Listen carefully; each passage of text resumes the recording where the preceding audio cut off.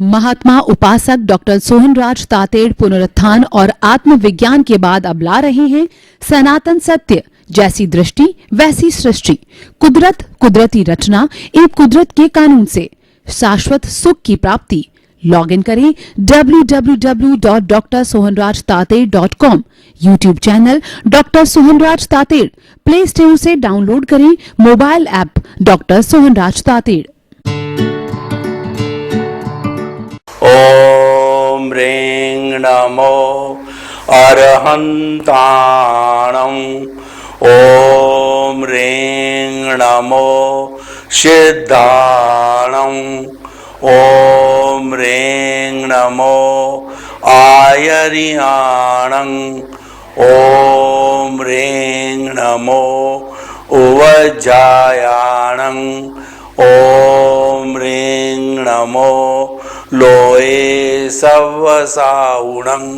ऐसो पंच नमोकारो सव पावपणासनो मंगलाणं च सव्वे सिंह पडमं हवै मंगलं। पडमं हवै मंगलं। भाई और बहनों, मातृशक्ति को नमन। आज का हमारा सुंदर विषय समस्या मूलक, समाधान मूलक। जब कभी भी समस्या आती है तो वह समाधान साथ लेकर आती है। जब कभी भी जीवन मिलता है तो मृत्यु भी साथ आती है। सुख आता है तो दुख साथ आता है। सर्दी आती है तो गर्मी भी साथ आती है। सर्दी के बदलाव को गर्मी कहते हैं।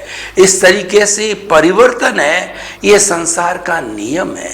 इसको पर्याय भी कहते हैं कि उत्पाद होता है, व्यय होता है, उसको पर्याय कहते हैं। उत्पाद व्यय होने से ही वस्तु का अस्तित्व है, और उत्पाद व्यय है वह संसार में होता ही रहता है। हर क्षण हर वस्तु बदलती रहती है। संचरण करने वाले को संसार कहते हैं। एक बार जहां पर हमने हाथ रख दिया, वापस दूसरी बार उसी स्थान पर हाथ नहीं रखा जा सकता है। जो दीपक की ज्योत एक बार जल गई, वह ज्योत दूसरी ज्योत नहीं होगी, वही ज्योत पुनः नहीं आ सकती। तो कहने का अर्थ होता है ये एक दूसरे के पूरक है, एक दूसरे के भीतर समाहित है। जैसे भंवरा होता है, काले रंग का होता है, तो काला रंग तो डोमिनेटेड है, और दूसरे रंग है जैसे कि सफेद, नीला, पीला, हरा। ये चार कलर साइलेंट होते हैं, उसमें समाहित होते हैं। सबका अस्तित्व होता है, एक डोमिनेटेड होता है और बाकी हिडन होते हैं, लेकिन अस्तित्व सबका रहता है। इसीलिए समस्या और समाधान दोनों आपस में जुड़े हुए रहते हैं। परंतु जिसकी दृष्टि पैनी होती है, जो समस्या में समाधान को ढूंढता है, वही ज्ञानी पुरुष है, वही होशियार है, वही लीडर है, और वही व्यक्ति जो है एक सफल व्यक्ति कहा जा सकता है। अब देखिए, समस्या हरेक को आती है। व्यक्तिगत समस्या होती है, पारिवारिक समस्या होती है, सामाजिक समस्या होती है, राष्ट्रीय समस्या होती है, और वैश्विक समस्या होती है। व्यक्तिगत समस्या क्या है कि मेरी सैलरी, मेरा वेतन महीने का 10,000 रुपया है, लेकिन न्यूनतम मेरे परिवार का खर्चा है वह 15,000 का है। ये समस्या आ गई। अब इसका समाधान क्या है? इसका समाधान इसके भीतर ही है। उस 10,000 रुपये की जगह आप थोड़ा अधिक मेहनत करके, अगर 8 घंटे के अंदर 10,000 रुपये होते हैं, तो आप 12 घंटा काम करके 15,000 रुपये कमाओ, तो ये समाधान हो गया। और देखिए कि हमारे जो है वो परिवार के अंदर, देखिए परिवार के अंदर 2 भाई है, 2 भाइयों का बंटवारा हुआ, तो दोनों भाइयों को जो है पिता ने तो अपने हिसाब से बराबर बराबर प्रॉपर्टी दी, लेकिन जो है बड़ा भाई कहता है कि मुझे वैल्यूएशन के अंदर जो चीज दी गई उसका ज्यादा किया गया, यानी मुझे प्रॉपर्टी जो है वह कम दी, आपने बराबर नहीं दी। ये समस्या खड़ी हो गई। इसका समाधान क्या है कि दोनों में से होशियार व्यक्ति है तो बैठ करके फिर वैल्यूएशन किया, वैल्यूएशन करके कहा कि भाई इसका 50% आप रख लो। ये समाधान निकल गया। और अगर समस्या को समस्या ही बनने देने रहते हैं तो वह बहुत लंबी हो जाती है, वह झगड़े का रूप ले लेती है और वह जो है कोर्ट केस का रूप ले लेती है। ये जितने हमारे जीवन में लड़ाई झगड़े फिसाद कोर्ट केस पुलिस कार्रवाई है, ये इसीलिए होती है कि हम समस्या का समाधान नहीं ढूंढते। अगर हम समस्या का गहराई से ईमानदारी से समाधान ढूंढें तो कभी भी जो है समस्या खड़ी होकर के कष्टदायी नहीं बन सकती है। अब समाज को देखें कि समाज के जो है सभा के मान लीजिए कि चुनाव हो रहे हैं, उस चुनाव के अंदर 3-4 लोग खड़े हो गए, सभी चाहते हैं कि मैं अध्यक्ष बनूं और कोई योग्य होता है कोई योग्य नहीं होता है, लेकिन जो समाज के लोग चाहते हैं कि फलां व्यक्ति योग्य है, फलां व्यक्ति समय भी देता है, तन भी देता है, धन भी देता है, मन भी देता है और साथ साथ में विनीत भी है, समाज का उत्थान करने वाला है, उसको बनाना चाहते हैं। तो समाज के लोगों ने जो है जाकर के उन 3 लोगों को निवेदन किया कि एक बार आप इनको चांस दे दो, अगली बार है वो हम आपको जो है अध्यक्ष पद पे या जो भी पद चाहेंगे उस पे आपको चुनेंगे। ये समाधान निकल गया। और समस्या जो है, समस्या और समाधान दोनों आपस में जुड़े होने के कारण ये जो है वह उसका हल निकाला जा सकता है। लेकिन आप तो समस्या मूलक बन जाओ। कुछ लोग समाज में परिवार में ऐसे होते हैं कि समस्या का समाधान नहीं निकालना चाहते हैं। जैसे राजनीतिक पार्टियों को देखो तो राजनीतिक पार्टियों का उसूल क्या होता है, हमारे में अभी गुलामी की बू नहीं गई है। वो चाहते हैं कि समाज के लोग, ये अलग अलग जाति के धर्मों के लोग लड़ते रहें। जितना ये लड़ते रहेंगे उतना डिवाइड एंड रूल करके हम उन पर राज्य कर सकते हैं। उनको हम किसी न किसी तरह से हमारे भीतर लालच दे करके, लोभ दे करके मिला सकते हैं। तो वो कम्युनल जो है राइट्स करवाते हैं, वो कम्युनल जो है वो झगड़े करवाते हैं और सब में एकता होने नहीं देते। जबकि बेचारी जनता का, चाहे कोई भी जाति का व्यक्ति हो, वो ये चाहता है कि मैं तो शांतिपूर्ण जीवन यापन करूं, क्योंकि न तो उसको कोई मंत्री बनना है, न कोई उसको जो है अधिक फायदा प्राप्त करना है। उसको अपनी मजदूरी से, अपनी मेहनत से वह संतुष्ट है, पर वो शांति चाहता है। तो ऐसे लोग जो समस्या मूलक होते हैं, समाज में विघटन करवाते हैं, ऐसे लोगों को नजर रखनी चाहिए कड़ी, उनको पनपने नहीं देना चाहिए। समाधान मूलक लोगों को आगे आना पड़ेगा, समस्या मूलक लोगों को जो है पछाड़ना पड़ेगा।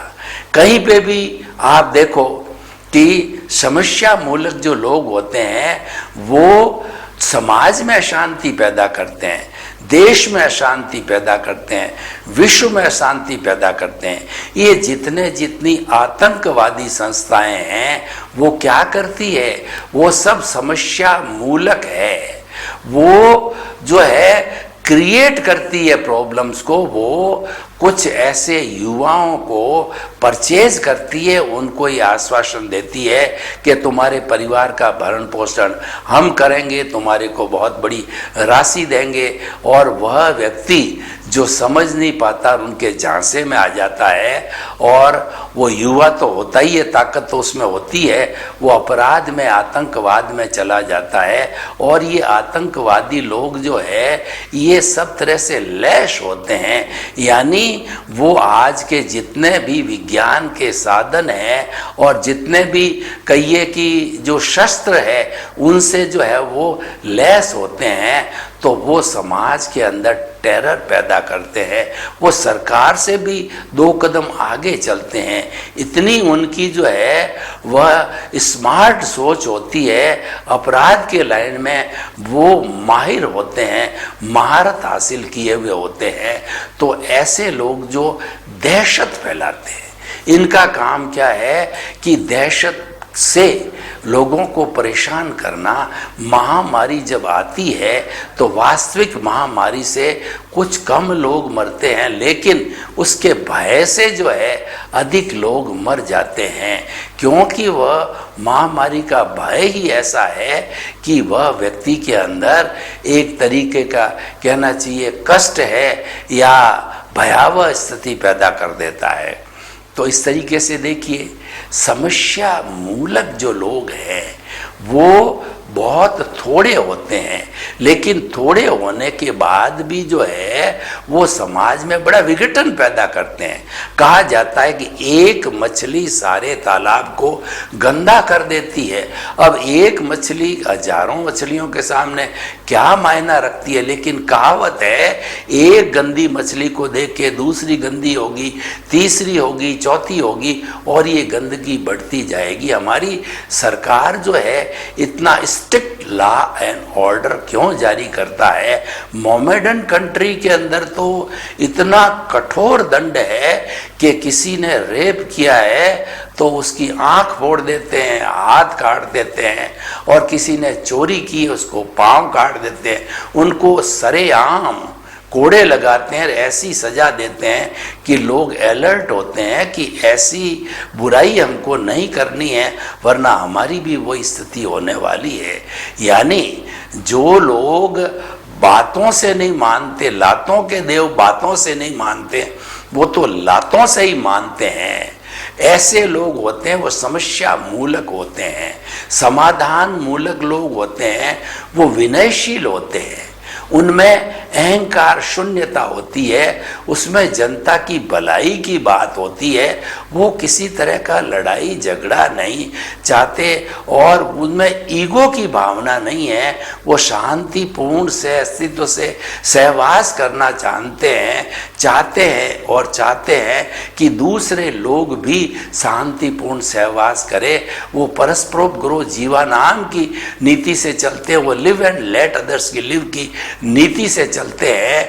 इस कारण से वो समाधान मूलक है। अब प्रश्न ये करना चाहता हूं मैं आपसे, आप समस्या मूलक बनना चाहते हो या समाधान मूलक बनना चाहते हो? जो कोई भी समझदार व्यक्ति होगा वो कभी भी समस्या मूलक नहीं बनना चाहेगा, समाधान मूलक बनना चाहेगा। और जो लोग अपराध हैं, दुर्जन लोग हैं, वो कहने को भले ही कह देगा हम तो समाधान मूलक हैं, लेकिन वास्तव में वो बहुत बड़े समस्या मूलक लोग होते हैं। तो अब देखिए कि हम समाधान मूलक कैसे बने, इसके कुछ सूत्रों की ओर हम जो है विचार विमर्श करते हैं, जिससे कि हम अगर उन सूत्रों को हृदयंगम करें, आत्मसात करें, तो हम समाधान मूलक बन सकते हैं। और जो व्यक्ति खुद में समाधान मूलक हो जाता है तो वह तो उसकी एप्लीकेशन तो परिवार में, समाज में, देश में, सब में एक जैसी हो जाती है। क्वेश्चन ये है कि अपना परिवर्तन अपने भीतर से होना चाहिए। अपना सुधार संसार की सबसे बड़ी सेवा है। आपने अपना सुधार कर लिया यानी आप समाधान मूलक बन गए, यानी आपने पूरे संसार की सेवा कर ली और आप भीतर समस्या मूलक बन गए तो आप लोगों के लिए जो है बहुत बड़े घातक व्यक्ति बन जाते हो, लोगों के दुश्मन बन जाते हो, समाज कंटक बन जाते हो। तो हम समाधान मूलक जो हमारे मुख्य गुण हैं उसकी तरफ बात करते हैं। पहला सबसे बड़ा गुण है अहंकार। व्यक्ति को समस्या मूलक बनाता है अहंकार। मैं बड़ा, सभी मेरी आज्ञा में चले, मैं कहूं वैसा ही होना चाहिए और मेरी बात चलनी चाहिए। जो एकांतवादी दृष्टिकोण रख कर के अपनी चलाना चाहते हैं और वो चलती नहीं है, तब वो समस्या पैदा करते हैं और अपना अस्तित्व बनाते हैं। देखिए, कोई व्यक्ति अगर भला व्यक्ति है और वो इंसानियत के काम करता है, परोपकार व लोक कल्याण, जगत कल्याण, जय जगत के काम करता है, तो लोग सभी उसको पसंद करते हैं। उसका तो कभी न कभी मूल्यांकन अवश्य ही हो जाता है। लेकिन कुछ ऐसे लोग होते हैं जो बिना कुछ किए अपनी हैसियत हासिल करना चाहते हैं, वो दिखाना चाहते हैं, तो वह गलत प्लेटफॉर्म, गलत डायरेक्शन, गलत मार्ग जो है पकड़ लेते हैं, वो समस्या मूलक बन जाते हैं। तो ईगो को आप अगर नीचे रख दो, अहंकार को नीचे रख दो और भीतर ये चिंतन करो कि अहंकार नाश की जननी है। अगर मुझे विनाश की ओर नहीं जाना है तो मैं एकदम जो है क्षमा भाव से रहूं। अहंकार कब विलीन होता है कि हम कोई भी व्यक्ति हमारे साथ बुरा व्यवहार करे, अच्छा व्यवहार करे, तो हम उसको लेट गो करते हैं, उसको क्षमा कर देते हैं। क्षमा भाव से अहंकार पर विजय होती है। तो हमेशा एक अच्छा जीवन, हैप्पी जीवन जीना है, समाधान मूलक जीवन जीना है, तो जीवन में कभी भी अहंकार को स्थान मत दो। और अहंकार किस बात का? देखिए, इस समाज में एक से एक बढ़कर लोग हैं। कोई कहे मैं तो दुनिया का फर्स्ट नंबर व्यक्ति बनूं, तो आज तक कोई फर्स्ट नंबर व्यक्ति नहीं बना है। और जो तीर्थंकर भगवान जैसे होते हैं, वो कभी कहते नहीं मैं फर्स्ट नंबर हूँ, वो तो फर्स्ट नंबर ही होते हैं, क्योंकि उनके पास केवल ज्ञान है, उनके पास करुणा दया का रस है, और वो जो है लोगों का भला चाहते हैं, लोगों का वो तारना चाहते हैं। तो वो जो है कभी मुंह से नहीं कहते हैं कि मैं जो है वह लोक कल्याण करने वाला हूँ। हीरा अपने मुंह से कभी नहीं कहता है कि मेरा मोल 1.25 रुपया है, वो मोल तो लोग लगाते हैं। इसीलिए जो अहंकार शून्य व्यक्ति होता है वह स्वयं में सुखी रहता है, आनंद रहता है, क्योंकि लघुतम भाव से अहंकार शून्यता आती है कि आप अपने आप को घर में एक छोटा व्यक्ति समझो, समाज में आप अपने आप को एक छोटा व्यक्ति समझो, आप विश्व के अंदर अपने आप को एक छोटा व्यक्ति समझो। आप तो ये समझो कि 7.8 अरब की जो जनसंख्या है उसका सबसे छोटा व्यक्ति मैं हूं। तो जब आप लघुतम भाव में आ जाते हो तो अहंकार शून्यता अपने आप हो जाती है। और जब अहंकार नहीं होता है तो आप तो हमेशा समाधान चाहेंगे, आप समस्या थोड़ी करेंगे। एक अहंकार शून्य व्यक्ति अगर किसी भी रोड के ऊपर 2 गुट में झगड़ा होता है, तो ऐसा निष्पक्ष मध्यस्थ व्यक्ति खड़ा होता है तो सबसे पहले दोनों गुटों से वो माफ़ी मांगता, भाई साहब मैं इनकी तरफ से आपसे माफ़ी मांगता हूँ और इनकी तरफ से आपसे माफ़ी मांगता हूँ, आप मेरी बात सुनो। आपको अच्छी लगे तो आप उसका पालन करना, नहीं लगे तो पालन मत करना, आप मेरी बात तो सुन लो। क्योंकि वो निष्पक्ष है, दोनों को तवज्जो दे रहा, उसके दिमाग में समाधान की बात होती है, तब वो कहता है कि अब गुट नंबर 1 बोलो, वो अपनी बात रखता है, फिर कहता है गुट नंबर 2 बोलो, वह अपनी बात रखता है, वो तो निष्पक्ष है, उसको तो समाधान ढूंढना है। जैसे कि 1 नंबर ये कहता है कि इसने मेरी गाड़ी की टक्कर मारी और ये रॉन्ग साइड से था, और दूसरा नंबर ये कहता है कि मैं तो राइट साइड से चल रहा था और मैं तो गलती इसकी है। अब सवाल ये है कि काम तो हो गया, तब जो है आप देखो कि आखिर नुकसान कितना हुआ है।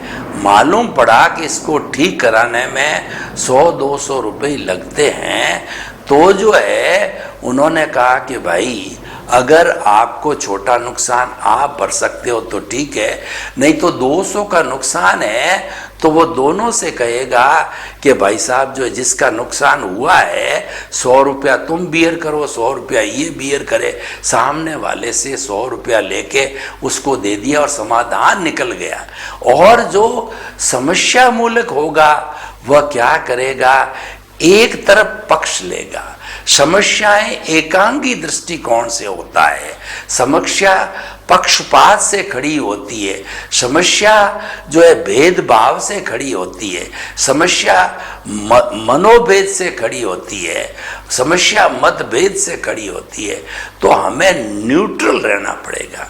हमारी भूमिका एक न्यायाधीश की भूमिका होगी, एक मध्यस्थ भूमिका होगी। आपके दिमाग के अंदर ये रहेगा चाहे कुछ भी हो, मुझे अगर थोड़ा झुकना पड़े, मेरा कुछ जो है समय जो है वो समय लगाना पड़े, धन लगाना पड़े, श्रम लगाना पड़े, तो भी मैं इसकी समस्या निकाल के रहूँगा, समाधान निकाल के रहूँगा।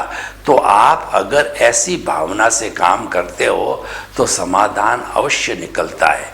देखिए कई बार घरों में क्या होता है, पति पत्नी के बीच के अंदर छोटी छोटी बातों को लेकर के, पुरानी जो है बातों को लेकर के टसलबाजी हो जाती है, और टसलबाजी इतनी लंबी चल जाती है कि दोनों अलग अलग रहने लग जाते हैं, साथ नहीं रहते हैं। तो उसके कितने नुकसान हैं।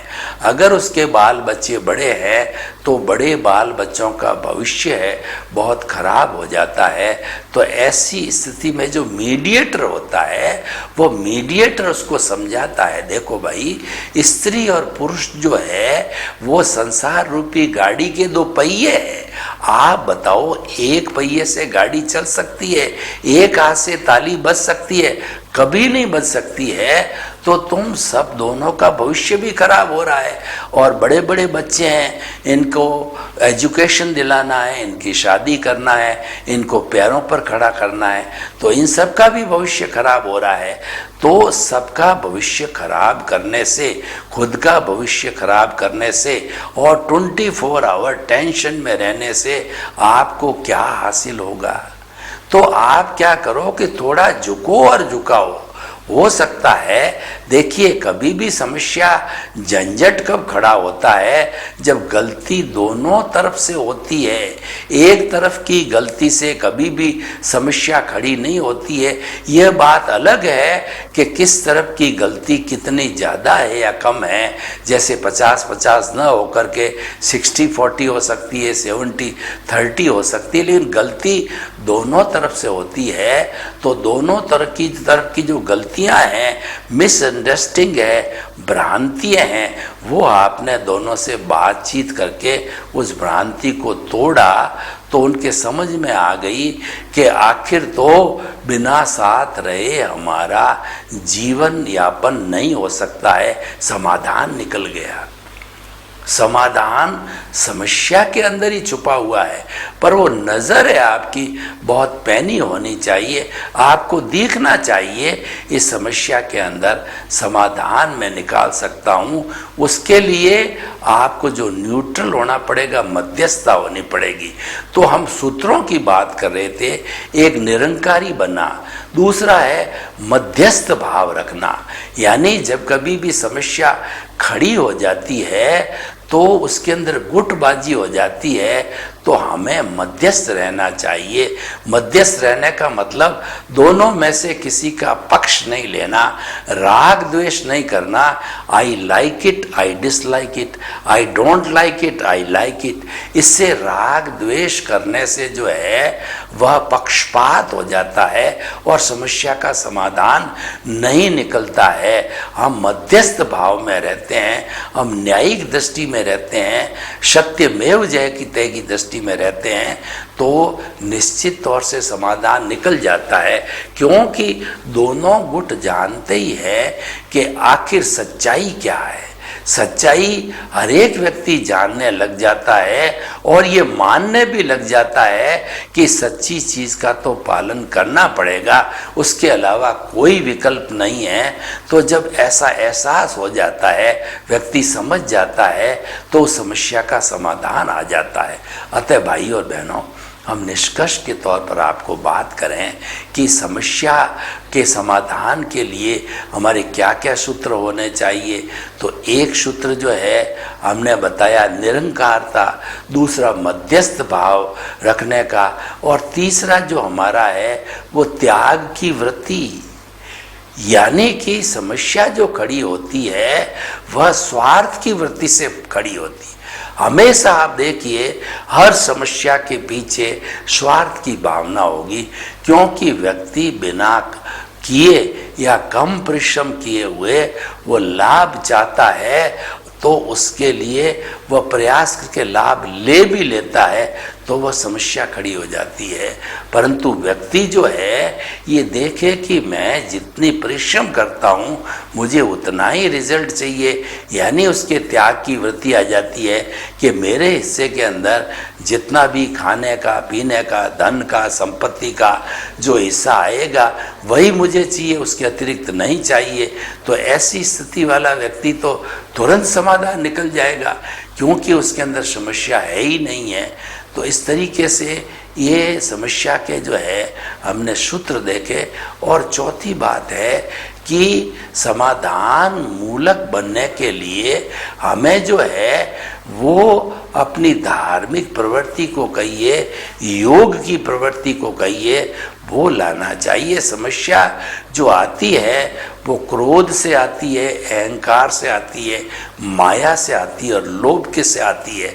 तो पहले आप देख लो कि समस्या के पीछे कारण क्या है। इन चारों में से कोई न कोई कारण अवश्य नजर आएगा। उस कारण को पाटने का, उस कारण को निवारण करने की कोशिश करनी चाहिए। जब कारण का निवारण हो जाता है तो समस्या का समाधान अपने आप आ जाता है। अतः भाई और बहनों, आज का हम सिनेरियो देखें तो चारों तरफ समस्याएं भरी पड़ी है। परिवार में क्या, व्यक्तिगत स्तर पे क्या, समाज के स्तर पे क्या, राष्ट्र के स्तर पर क्या। आप प्रिंट मीडिया को देखिए, आप टीवी को देखिए और न्यूज़ को देखिए, आपको लगेगा कि 24 घंटे के अंदर 24,000 क्या लाखों समस्याएं खड़ी होती है। और वो समस्याएं जो है वो उसका समाधान लोग ढूंढना नहीं चाहते। अगर वास्तव के अंदर क्यों नहीं ढूंढना चाहते हैं कि समाज में समस्या मूलक लोग ज़्यादा हो गए। अगर समाधान मूलक समाज में लोग हो तो समस्याएं खड़ी नहीं हो। लोग जो है वो तिल का ताड़ बनाते हैं, वो राई का पहाड़ बनाने वाले होते हैं। छोटी चीज़ को बहुत बड़ा कर देते हैं, माया करते हैं, वो इधर से उधर भिड़ाते रहते हैं और समस्या को बढ़ा देते हैं। सॉल्यूशन निकलना होता है, उसके पहले जाकर के वो माया का रूप लेकर के, भिड़ाने का रूप लेकर के और वह प्रॉब्लम पैदा कर लेता है। तो भाई और बहनों, हमें जो है वो एक अच्छा इंसान बनने के नाते और साथ साथ के अंदर जो है एक अच्छा व्यक्ति समाज का बनने के हिसाब से हमको समाधान मूलक बनना चाहिए। और व्यक्ति बन सकता है। हमने इतने सूत्र आपको दिए, इन सूत्रों को आप आत्मसात करें, हृदयंगम करें, तो आप निश्चित तौर से समाधान मूलक बन जाएंगे। और समाधान मूलक बनने से समाज में खुशहाली होती है और समाज के लोग आनंद से जीवन जीते हैं। वहाँ पर डेवलपमेंट ज़्यादा होता है, वहाँ की आर्थिक स्थिति अच्छी बनती है। जैसे हमारे भारत के अंदर देखो कि लगभग 30 से अधिक जो है स्टेट्स है, उसमें से गुजरात को देखो तो गुजरात के लोग समस्या मूलक न होकर के समाधान मूलक के वो आपस में लड़ते नहीं हैं, तो वो लोग वेल टू डू है तो वहाँ समस्याएं कम आती है। वह लड़ाई झगड़े प्रॉपर्टी को जलाना करना ये बहुत कम होता है, जैसा कि दूसरे स्टेट्स में होता है, यूपी में होता है, बिहार में होता है इत्यादि इत्यादि। तो वहाँ समस्या मूलक जो लोग ज़्यादा है और कंपेरेटिवली गुजरात में समाधान मूलक लोग ज़्यादा है। वो सेल्फ सेटिस्फाइड है, वह संतुष्ट रहते हैं। देखिए, समस्या आने का कारण कहीं न कहीं असंतुष्टि होती है। सर्वे भवन्तु सुखिनः सर्वे सन्तु निरामया। लोक के सब जीवों को सुख मिले, शांति मिले, आनंद मिले, प्रेम मिले, सौहार्द हुए, सभी शांतिपूर्ण से अस्तित्व से जीवन यापन करके मुक्ति को प्राप्त हो। कृपया इन सब चीज़ों को पाने के लिए ही हमने शाश्वत सुख की नींव लगाने के लिए आपके लिए सनातन सत्य कार्यक्रम ये हम दे रहे हैं। आप जरूर देखें, समझें और इसका जीवन में पालन करें। आपके प्रति मंगल भावना। ओम मारा। महात्मा उपासक डॉक्टर सोहनराज तातेड़ पुनरुत्थान और आत्मविज्ञान के बाद अब ला रहे हैं सनातन सत्य, जैसी दृष्टि वैसी सृष्टि, कुदरत कुदरती रचना एक कुदरत के कानून से शाश्वत सुख की प्राप्ति। लॉग इन करें www.drsohanrajtated.com। YouTube channel doctor Sohanraj Tated, play store से डाउनलोड करें mobile app doctor Sohanraj Tated.